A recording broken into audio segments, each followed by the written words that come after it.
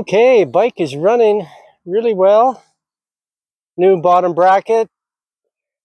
Finished a big ultra ride, 2 days straight, 31 hours from Incheon near Seoul in South Korea to Busan. I'm now back home. Watch the video if you want, it's on the channel. But right afterwards, I recorded some tips about things I kind of learned, figured out on my travel. And now we're into my ride. I need some energy. But the GoPro microphone somehow didn't work, so I'm recording it today, and I thought I'd just reflect on the trip and riding through the night, and maybe give some pointers that might hit home for you, or refreshers anyways, reminders. Number one is really, you can't eat enough, can't drink enough. So I do that really well. There's a list of stuff in the blog post I'll put a link to that I ate. I really loved eating hard-boiled eggs. You can get them any store here in Korea.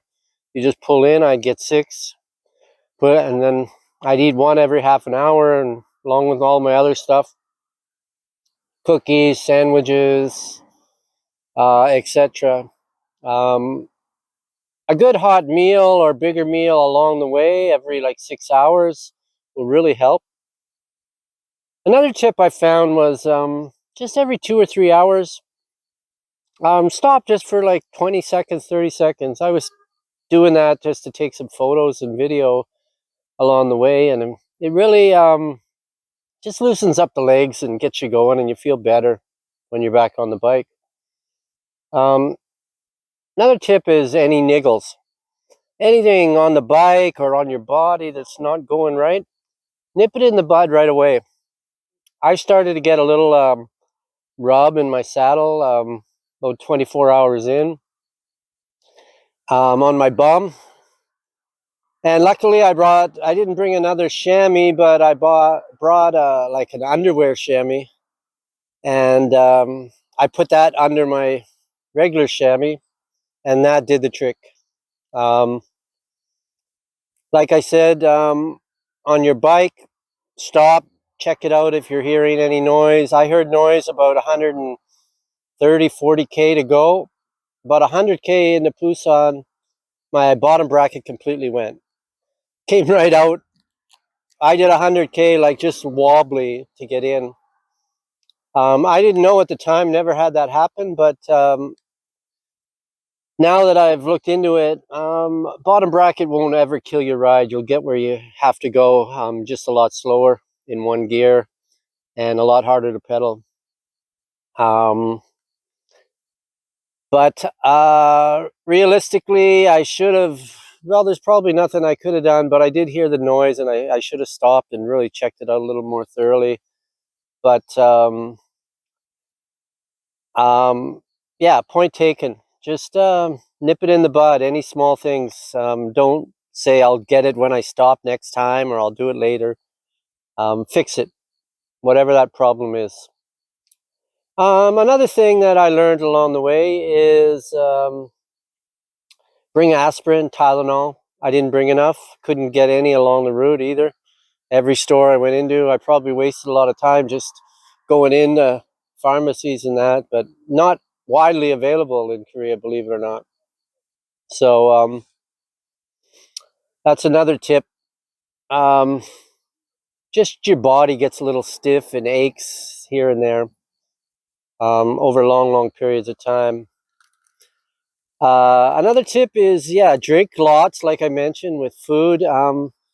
Especially the first 4 or 5 hours, you should be peeing lots, and stop for 20 seconds to go pee. That means you're really getting the liquids in. After that, it might go away and you won't be peeing, but still keep those liquids in you. 2, bring a nice shell. Even if you think the weather's going to be nice, on this trip, I was just going to bring a little windbreaker because there was no call for rain or anything. And my wife told me at the last moment, take this, you're going to freeze. And bloody hell, it was a lot colder up north and really a lot damper following the river all the way. And I'm really lucky I brought that heavier jacket.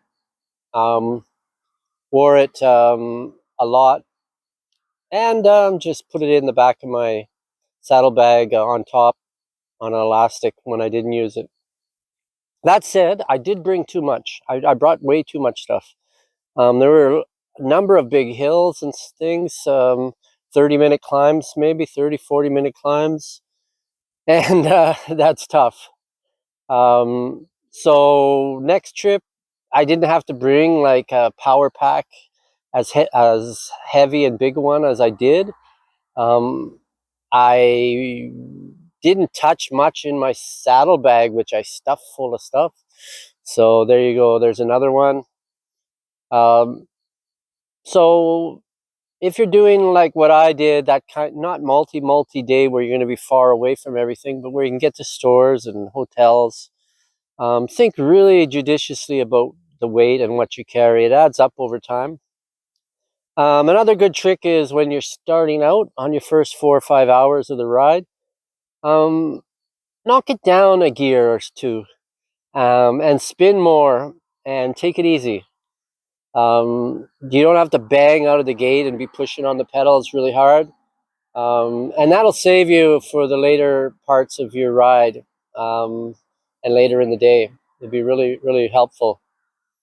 Of course, find your rhythm, find your pace. Me, I sing my songs. I just keep singing songs over and over in my head. Try anything you can to keep positive. When you let the negative creep in, that's when you won't have good memories of the trip, number one. And number two, that's when you just you forget things, you don't do the right things. Yeah, just negative adds to more negative, and it's a deadly cycle. So really try to stay positive. When you're hitting bad patches, I went through like so many bad, good, bad, good, bad, good. Just know the good's going to come. This was a bike path, so it was about 650 kilometers the way I started. I had to go up from downtown Incheon, but it's a bike path, so the you can't get a lot of good speed on the path. It wiggles and goes local, and there's people on it at times. It's fairly well maintained, but the surfacing is concrete or rough concrete sometimes. So if you can, there's one, stay up on the top one, and not go down lower by the river. That's much more better and usually straighter. And number two, where you can, creep onto the roads. I really enjoyed riding the roads at night in Korea. I think I saw 3 cars at night. Just barren, and you'll. It's a much better surface and much more comfortable. And you don't have any twists and turns. And the bike path has all these little loops and ups and downs and backs and forths. So yeah, try to get off it when you can, and it breaks up the ride like that. I'm probably forgetting a lot of really important tips. Grease up, of course. I greased everything, nipples, your legs and inners and all that. One good tip I always do before a long, long ride is grease like at the top of your eyebrows here. An old Moroccan guy, when I was in my ultra running days, taught me that. So you just put a bead of Vaseline across the top, and all the sweat will pour out of the sides and not go in your eyes. And you'll be good.